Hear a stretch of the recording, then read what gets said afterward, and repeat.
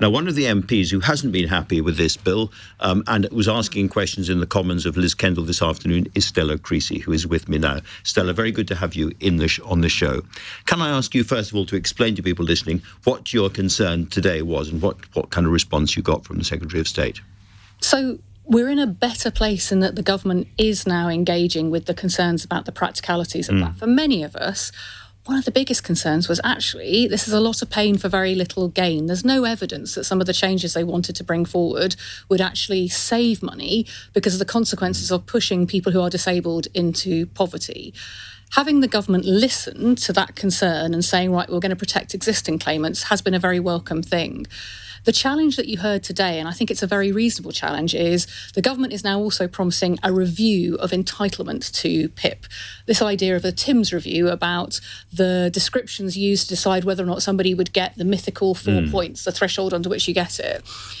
And yet that review will happen sequentially, not with the legislation, but after the fact. So we are going to face a hard deadline in November next year, where the new 4-point deadline will come in, but Stephen's work won't yet necessarily be implemented. And I think for many of us, there's a sort of confusion about what would we say to the person coming into our constituency surgery who needs to apply from November 2026 and who would be going, well, hang on a minute, do I hold on to see whether the TIMS review is implemented or do I apply now because I desperately need this help? And we should remember that PIP is an in-work benefit. And this means that there are very similar people who are similarly disabled who are being treated in different categories. And you think that is also a problem?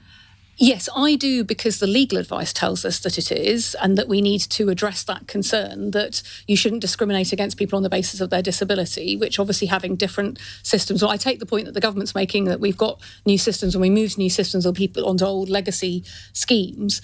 But what I worry about is Stephen is obviously going to do a very important piece of work about the PIP system and some of the categories I think people have now become very aware of, about this idea that you only get 2 points if you can't wash yourself and this sort of thing. Indeed.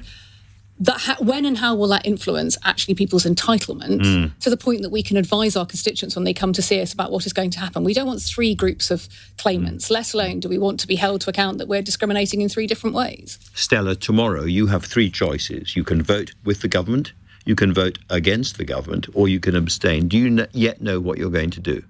And can you tell us? I want to hear, and I'm pleased to be here to hear what Stephen is going to say. He can still persuade you in the studio. Because it doesn't make any sense. And actually, I know that Stephen and Liz want to get this right, but I can't go back to my constituents and justify what's being put forward at the moment. I can't vote for something that I believe breaches the laws that we've all said are important to uphold, the rule of law. So I need to see some movement on that, or sadly, I'm afraid they won't have my support now. Well, this is very, very exciting indeed. We can see whether Stephen Timms, who just come down and sat beside you, can persuade you about this. Stephen, there was a series of questions from Labour backbenchers, all saying much the same thing. We love the idea that you are going to review how these payments are done, and that you're going to do it with disablement groups and talking to disabled people. We love all that, but we can't understand, since you don't report until next autumn, and the changes come in next autumn, how you can really be influencing what's going to happen. Let me just set out what we're doing. I think what everybody agrees, Stella, everybody, is the system doesn't work at the moment. We've still got a lower employment rate in the UK than we had before the pandemic. We're unique in the G7 in that respect.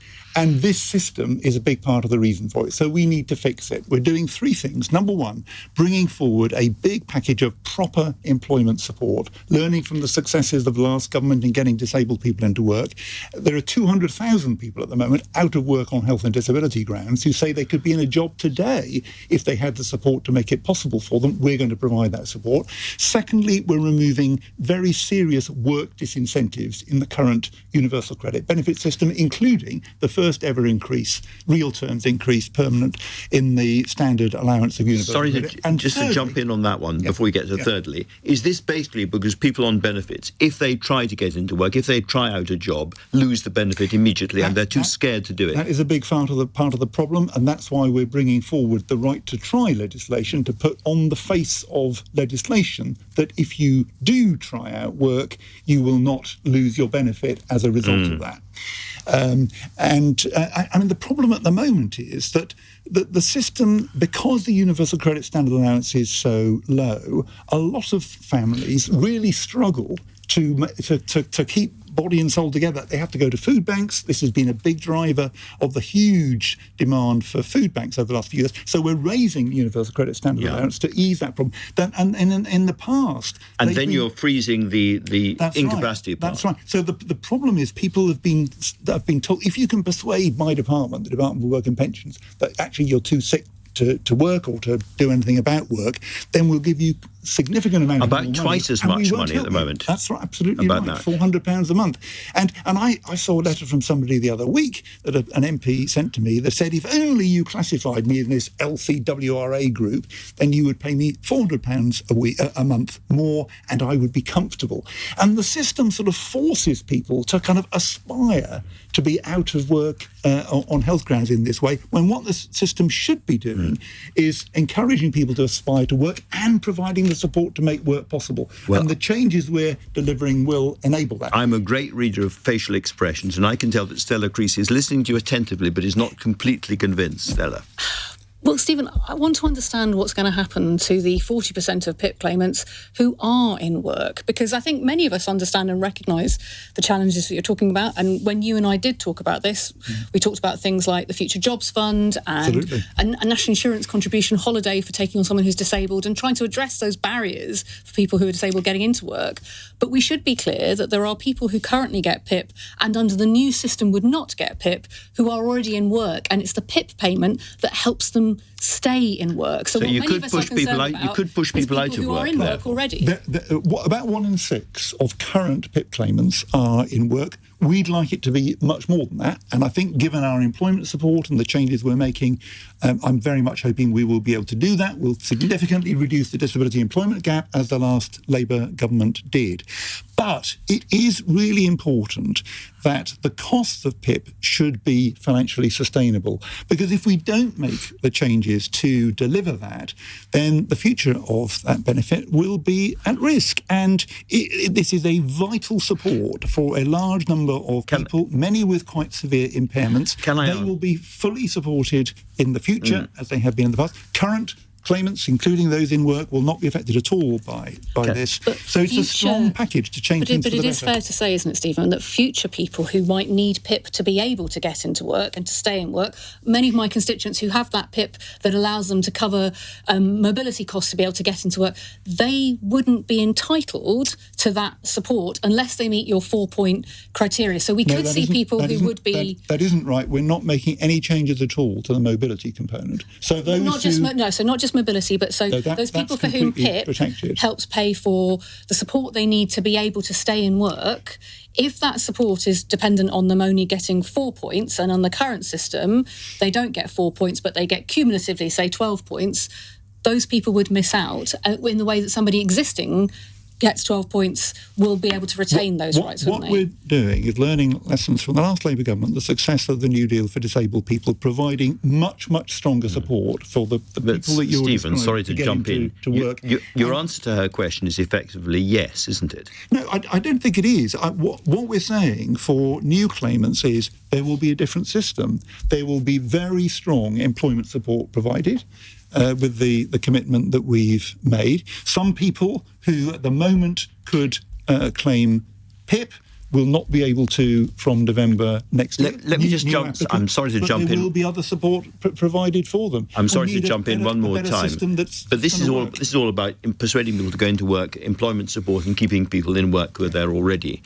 And quite a lot of people look at the numbers and say the Treasury has simply not given you enough money early enough to get those people into work. In other words, it's not front-loaded, it's back-loaded, and there's not enough of it. I don't think that's correct. We are, this year, rolling out the Connect to Work programme across the whole of England and Wales, which will, next year, support 100,000 people. So that support is in place in time, and it's going to build up to £1 billion a year by the end of the Parliament. Stella, you listened to that. Have you decided what to do? I think more work needs to be done about the people who are currently entitled to PIP, and that PIP is the difference than being able to continue in work and not being able to continue in work, and future claimants who are exactly like that, because those people will come through our doors in November 2026 and we don't have an answer for them. You're doing a review, which makes a lot of sense to review these categories, because we've all looked at the categories and think they don't work. But that's not going to influence those people from November. And actually, the clock is ticking. So that's why people are so concerned. In short, you are not convinced at this I'm worried stage. we're going to have 3 different groups of claimants. Stephen, last question. Are you going to win the vote tomorrow? I'm talking to everybody who wants to discuss this, and I've been doing that today. I shall be doing it tomorrow. I very much hope we do win the vote, because this is a very positive package of reform, and everybody agrees reform is needed. And I can see through your neatly tied shoes that both your toes and your fingers are firmly crossed at this point. It's not a yes. Thank you both very, very much indeed. Thank you. And thank you, Aggie, as well.